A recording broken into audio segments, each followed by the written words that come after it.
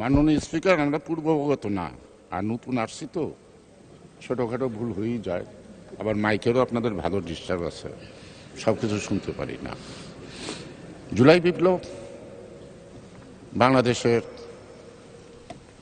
গণতন্ত্র পুনরুদ্ধার, ফ্যাসিবাদের পতন, সব কিছু আজকে এই যে শত মায়ের কান্না, সন্তানের হারানোর যে ব্যথা, গুম হওয়ার পরিবারের মা কি বোন কি সন্তান তারা অপেক্ষা করছে, এখনও তারা উদ্ধার হয়নি। আমাদের 16 বৎসরের যে নির্যাতন, নিপীড়ন এবং বৈদেশিক শক্তির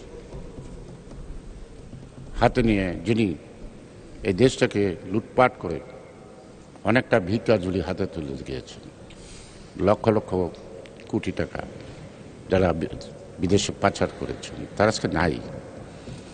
এই জুলাই বিপ্লবের প্রতি কৃতজ্ঞ সারা জাতি। এই বিপ্লব যারা সংগঠিত হয়েছে তারা ইতিহাসের পাতায় মহাবীর হিসাবেই অন্যান্য বীরদের মতো তাদের স্থান থাকবে, এটাই প্রত্যাশা করি। কিন্তু আমরা শুধু তাদেরকে সম্পর্কে যা বলি, কিন্তু আমাদের তো কিছু দায়িত্ব আছে। তারা এই বিপ্লব ঘটাইল, এই বিপ্লবের পরে জাতি কী আশা করে, কী প্রত্যাশা করে, সেই প্রত্যাশার ব্যাপারে আমরা কতটুকু ঐক্যমত, এক পথে চলতে পারবো। যেমন জুলাই বিপ্লবের সমৃদ্ধ হয়তো আমরা দৃশ্যমান না হলেও তাদের সাথে চলতে পারছি। অর্থাৎ এটাকে সফল করার ক্ষেত্রে আমার দলের পক্ষ থেকে আমার তখন তিনি বিদেশ, আজকের মাননীয় প্রধানমন্ত্রী জনাব তারেক রহমানের সাথে এই জুলাই বিপ্লবের পিছন দিক থেকে আমাদের যতটুকু দায়িত্ব ছিল অতটুকু দায়িত্ব আমরা পালন করতে কৃপণতা করি নাই।